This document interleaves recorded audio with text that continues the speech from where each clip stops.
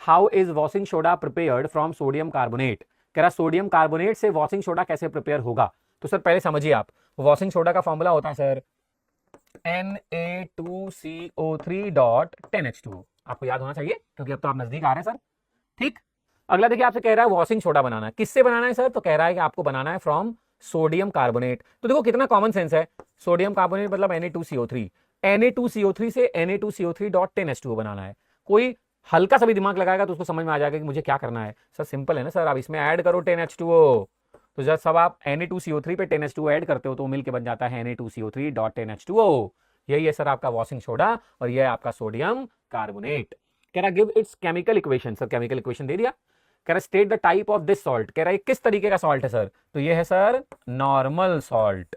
Sir ये आपने कैसे बताया प्लीज। तो मैंने आपको समझाया मेरे लाल, अगर किसी सॉल्ट के फॉर्मूले में तुम्हें H दिख जाए, जैसे NaHCO3, तो जहां H दिखे वो एसिडिक सॉल्ट। जिस फॉर्मूले में तुम्हें OH दिख जाए जैसे MgOHCl, तो उस सॉल्ट को हम बोलते हैं बेसिक सॉल्ट।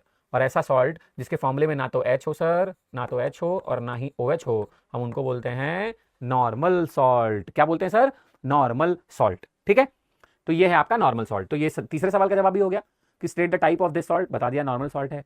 कह रहा name the type of hardness of water which can be removed by it. Sir दो तरीके की वाटर की हार्डनेस होती है, एक होती है टेम्पररी और एक होती है परमानेंट। टेम्पररी हार्डनेस और परमानेंट हार्डनेस। तो सर टेम्पररी जो हार्डनेस है वो क्या है, वो हीटिंग से दूर हो जा सकती है ना, हीट कर दो है ना। और जो परमानेंट हार्डनेस है ना सर, उसको दूर करने के लिए हमें जरूरत पड़ती है किसकी, वॉशिंग सोडा की। तो वॉशिंग सोडा कौन सा हार्डनेस दूर करता है, याद करिए आपने पढ़ा है डिटर्जेंट, सॉफ्ट वाटर में भी काम करता है और हार्ड वाटर में भी। बस यही तो है, ये डिटर्जेंट ही है ये सर। तो इस सवाल का जवाब है कि किसको which can be removed by it. तो कह रहा है सर परमानेंट। कौन सा बोल रहा है, name the type of hardness. तो एक होती है टेम्पररी और एक होती है परमानेंट। तो परमानेंट हार्डनेस को ये रिमूव करने के काम में आता है। तो क्लियर हो गया इस पूरे सवाल का, सारे सारे जवाब आपको मिल गए। क्लियर हो गए आप, ध्यान रखिएगा।